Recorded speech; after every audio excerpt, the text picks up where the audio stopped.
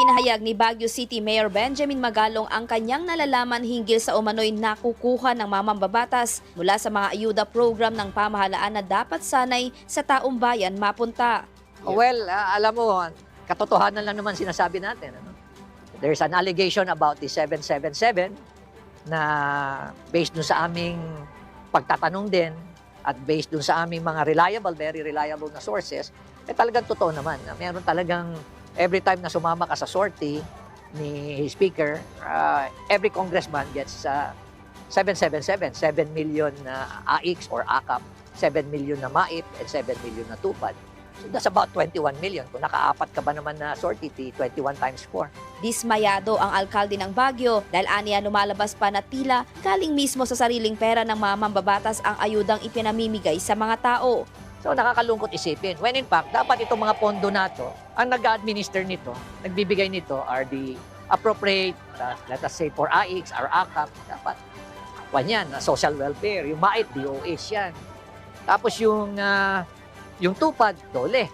Tapos dapat coordinated to sa local government because if there's anyone who really understand what is happening on the ground, these are the local government unit. Sinabi rin ng alkalde na hindi naman trabaho ng mga mambabatas ang mamigay ng ayuda, kundi ang gumawa ng batas. Ang trabaho nila is gumawa ng batas. Pero kung pagkakapiran, mabilis din sila. Hindi pa yon. Meron pa rin silang pork barrel sa mga pondo ng DPWH.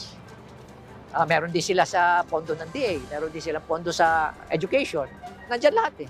Habang yung local government, hirap na hirap. Yung mga local government, hirap na hirap kami. Nakakalungkot nga eh. Gayunpaman, naniniwala si Magalong na hindi lahat ng mga mambabatas ay tiwali, ngunit kailangan pa rin aniya na bigyang pansin ang pangangailangan ng LGU. Hindi ko naman sinasabing lahat ng mambabatas. Marami rin mga mambabatas tayo matitino talaga. Ayos. Pero ano ba talaga ang intention natin? Empower ang local government. Lagi na lang. Pagdating sa policies, pagdating sa mga guidelines, empower the government, local government. Pero pagdating sa pondo, iba naman. Ang laki kasi ng impact ng funding sa local government.